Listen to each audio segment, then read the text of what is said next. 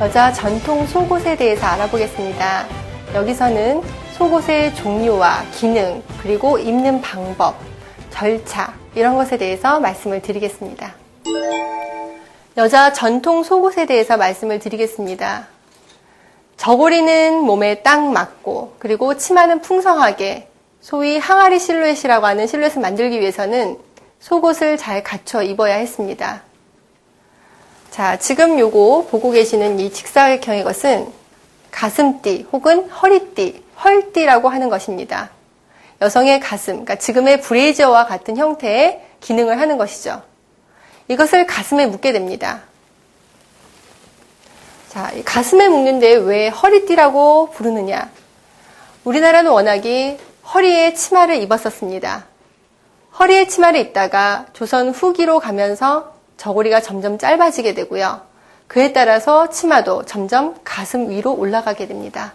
하지만 저고리가 짧아진 만큼 치마도 충분히 위로 올라가지 않았기 때문에 그 부분은 남을 수밖에 없습니다. 그래서 그 부분을 가리기 위해서 또 가슴을 좀 더 납작하게 만들기 위해서 그리고 겨울에는 방한용으로서 가슴띠를 착용하게 됩니다. 겨울 방한용으로는 누비를 하기도 했고요. 자, 이런 가슴띠를 하고 나서 하체에는 지금의 이제 팬티 역할을 하는 옷을 입어야 되는데요. T자형의 다리 속옷이라는 것이 있었습니다. 근데 그 다리 속옷은 일부, 궁중이나 아주 일부 계층에서만 착용을 했고요. 가장 속옷에 해당하는 것이 바로 속속옷입니다. 자, 이런 하체에 치마를 부풀리기 위해서는 지금의 패티코트와 같은 형태라기보다는 이러한 넓은 바지 형태의 옷을 12개를 껴입기까지 했습니다. 그것은 상황에 따라서 바뀌기도 하지만 가장 기본적인 그런 구성을 말씀을 드리겠습니다. 바지는 이런 넓은 폭의 것을 가지고 있습니다. 다리 속옷을 입을 수도 있고요. 안 입고 바로 이 부분을 입을 수도 있겠습니다. 이러한 속속옷은 좀 옷감의 질이 조금 이제 나쁘다든가 올이 성글다든가 이런 것을 사용을 하게 되고요.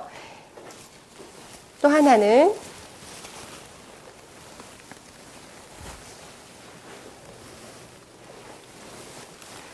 요거는 조끼 허리로 돼서 좀 개량된 바지 형태인데요. 조선시대의 전통 속옷으로서는 이러한 조끼 허리가 없는 아까 이런 속속옷과 같은 형태로 옷이 되어 있습니다. 속속옷과 달리 바지는 베레선을 둥글게 만들었습니다. 처음부터 이렇게 둥글었던 것은 아니고요.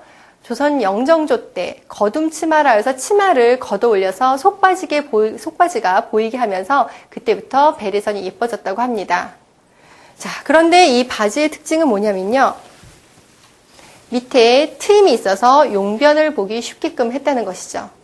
속옷을 12개를 겹쳐 입다 보면 화장실을 좀 자주 가서 어떻게 보기가 참 힘들겠죠. 그래서 옷을 벗지 않고도 용변을 볼 수 있는 방법, 그리고 실루엣을 충분히 낼 수 있는 방법으로 택하게 된 것이죠.